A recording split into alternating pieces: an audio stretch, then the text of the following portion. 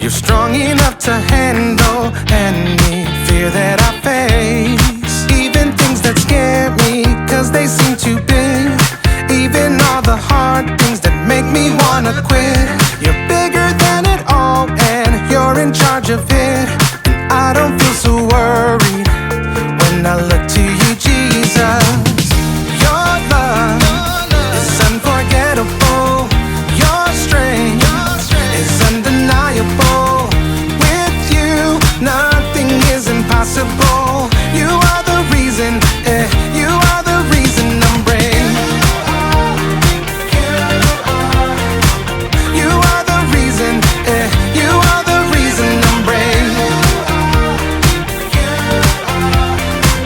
You are the reason, you are the reason I'm brave. When I look at how great you are, your kindness helps me believe that you are good, and with you I can do anything.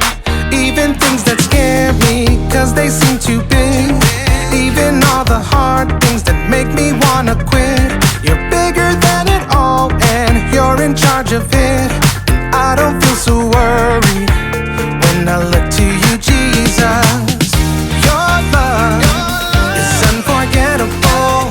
Your strength is undeniable. With you, nothing is impossible. You are the reason, you are the reason I'm brave. You are the reason, you are the reason I'm brave. You are the reason, you are the reason I'm brave. Your love is unforgettable. Your strength is undeniable.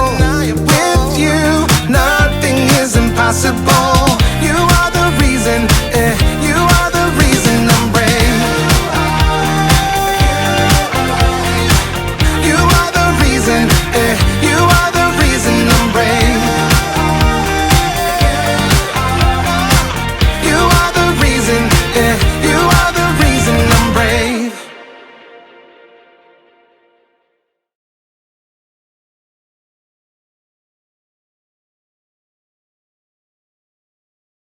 We are in week 2 in our series, Stand, Don't Face Your Fears Alone.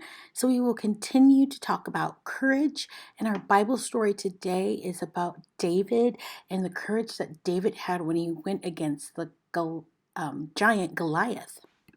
And as I said, we're going to be talking about courage. So our word for this month is courage, which means being brave enough to do what you should do, even when you're afraid.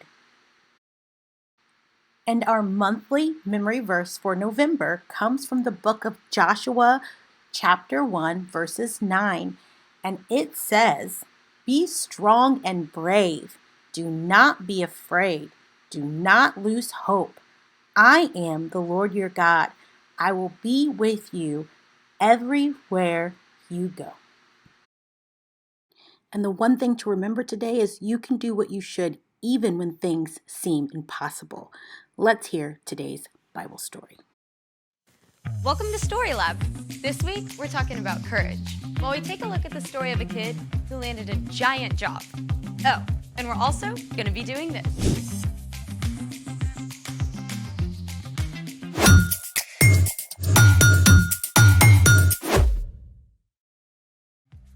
Hey, I'm Skylar. And I'm Sebastian. We're talking about courage, which is being brave enough to do what you should do, even when you're afraid. Yeah, like when you're trying something brand new. I got something new. A belt. Nope, it's a slingshot. No, that's not a slingshot. Of course it is. I used to make slingshots with sticks and rubber bands. This kind of slingshot is sometimes called a shepherd's sling. Oh, you're talking about David and Goliath. Spoiler alert! Today's Bible story is about David and Goliath. I've always wondered how David could knock out a giant with one stone. Well, check this out. Some ancient armies had slingers who could shoot stones over 60 miles an hour up to 400 meters. They were sometimes faster and more deadly than arrows. I'm sorry, I misjudged you, slingshot bow. Don't feel bad. Don't feel bad. Oh, and get this. Sometimes the slingers would write insults on their stones before shooting them. Archaeologists have dug up stones that read, "Take this, victory, catch." Oh, and wait for it. Ouch. Oh, for reals? I did not make that up. So how does this thing work? This is the cradle, and these are the retention cords. The sling acts as an extension of your arm. And when you place a stone in and spin it, the sling multiplies the force of your throw. We gotta try this out. Let's do it. Okay, you see that target? Yeah. Can you see through the goggles? I can see. Okay, one of us is gonna hit that target. None of us are leaving here until one of us hits that target. We're gonna be here for a while. I'm gonna hit it. She's not gonna hit it. Okay, don't try this at home. We're in a professional story lab. True. Okay, first, you're gonna take your index finger and you're gonna put it through the loop. Okay, I got it. Got it? Okay. Then you're gonna grab onto this retention cord. Okay. Make sure you hold on tight. Then you're gonna place your stone in, and then you're gonna swing with a bunch of momentum from an underhand arc. All right. Once enough momentum is built, you're gonna release the retention cord. All right. Okay, ready? Hey, that was pretty close. Hey, let me go. Let me go. You go first. You go first. Okay. I'm gonna try the figure eight. Or not.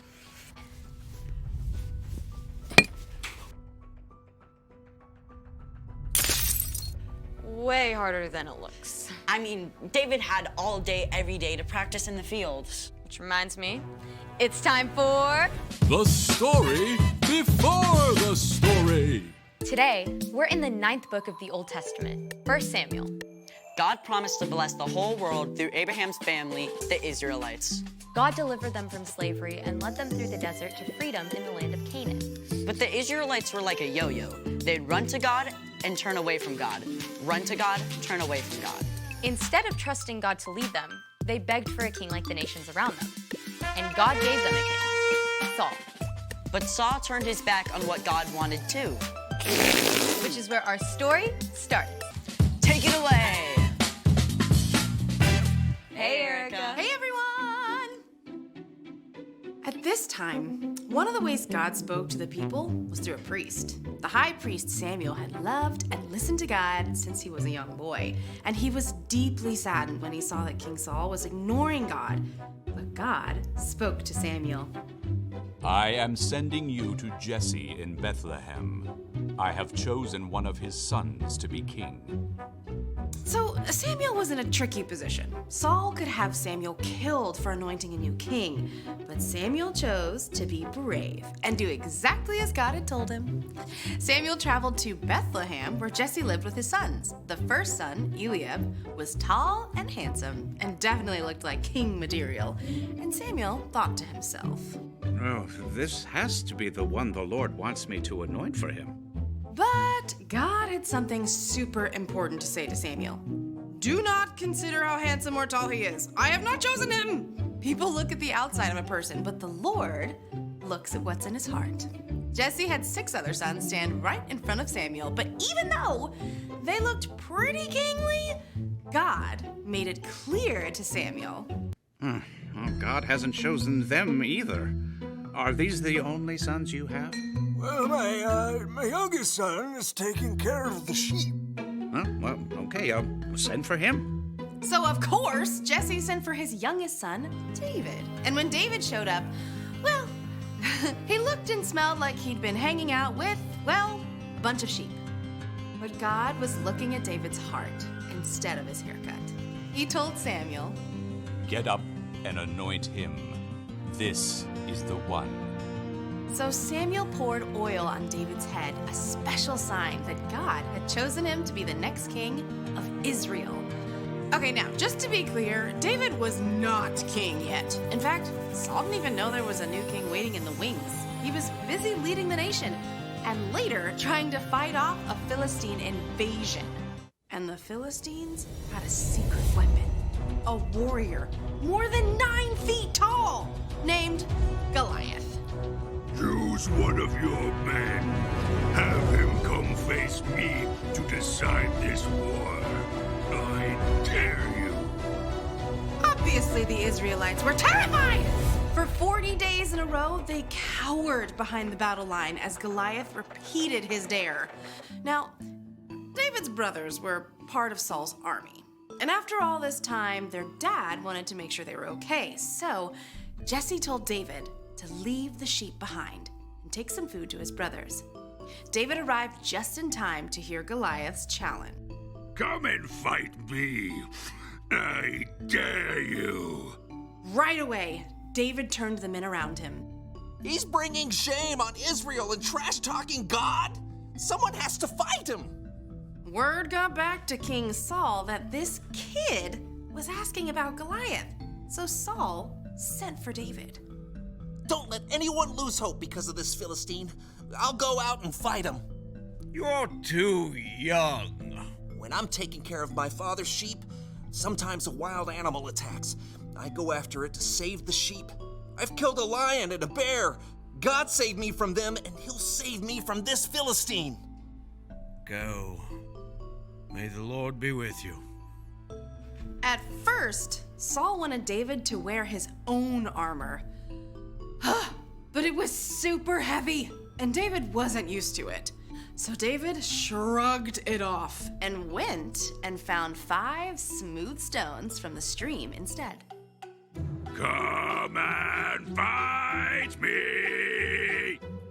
This time, when Goliath made his challenge, David stepped forward. The warrior mocked him. Come over here. I'll feed you to the wild animals. You come against me with a sword, but I come against you in the name of the Lord. He'll give me victory over you. As Goliath moved to attack, David raced forward. He took one of those stones, fit it in his sling, and spun it with all his might. The stone sliced through the air and hit Goliath squarely on the head. Ow. The giant swayed and fell to the ground, dead. When the Philistines saw their hero was dead, they panicked and ran. The Israelites chased them until their whole army scattered. And Saul was so impressed with David, he invited him to come and live at the palace. The end. That story gives me the chills, no matter how many times I hear it. I mean, how did David have the guts to do that? Well, David had gotten in the habit of talking to God every day and asking for God's help to protect the sheep. So when he came up against something that seemed impossible, He had practice. He was ready. so what's our part in the story? Now, I don't think any of us will meet a 9-foot-tall giant soon, but you probably are going to face something that feels big and impossible. Maybe someone you know is sick. You're super nervous about visiting them, but you can encourage them and show them God's love, even when things feel dark. Or maybe your giant is PE. I have a friend who hates running. She was gonna pretend to be sick on the day she had to run a mile in PE. What happened? Well, we talked to God about it together, and she got out there and ran. Wow. Yep. You don't have to do the impossible alone. Jesus went up against the biggest, scariest thing of all, death, and he defeated it. God raised Jesus from the dead, and when we believe in Jesus, we get to face our fears with the very same power that raised Jesus back to life. All right, you guys, I'll see you next time. Bye, Erica. So here's the thing. You can do what you should, even when things seem impossible. Like actually trying to hit the target with this thing. We looked a little weird. Yes, we did. Wanna try again? Absolutely. Thanks for joining us in the Story Lab. See you next time.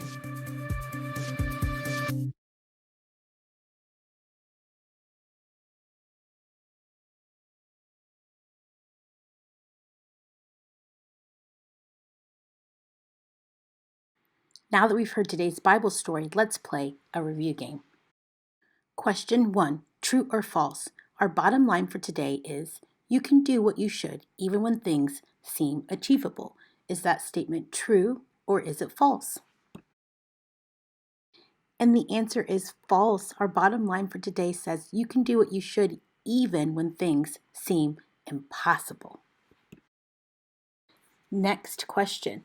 What word means being brave enough to do what you should do even when you're afraid? Is it A, cowardice, B, courage, or C, confidence? Which word means that? A, B, or C?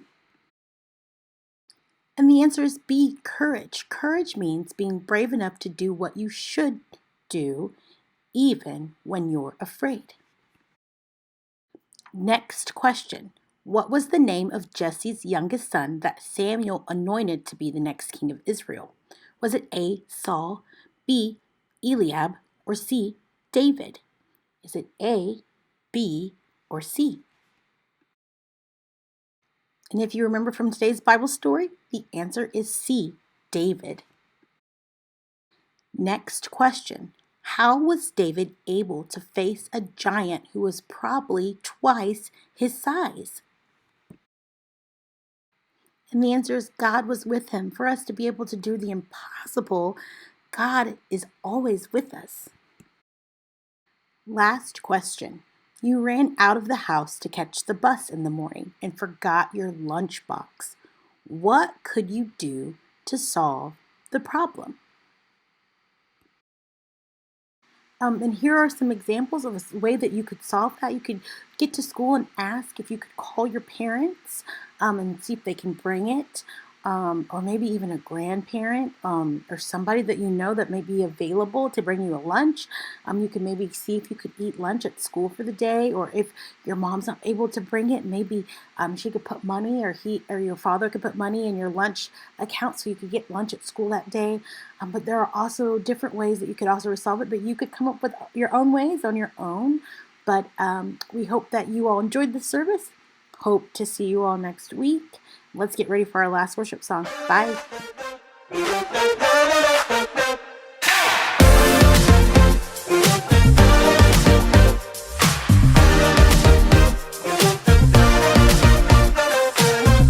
When I'm walking through the fire,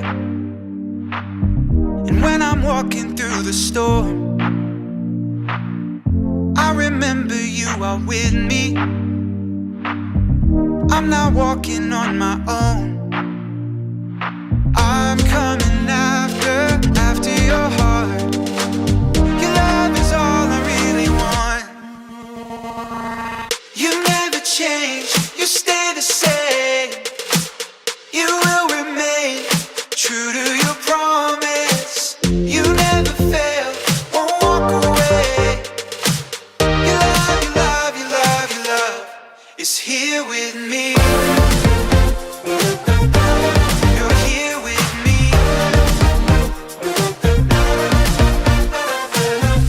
Why would I fear the future? And why would I feel alone? I know you have gone before me. You hold my hand and lead me on.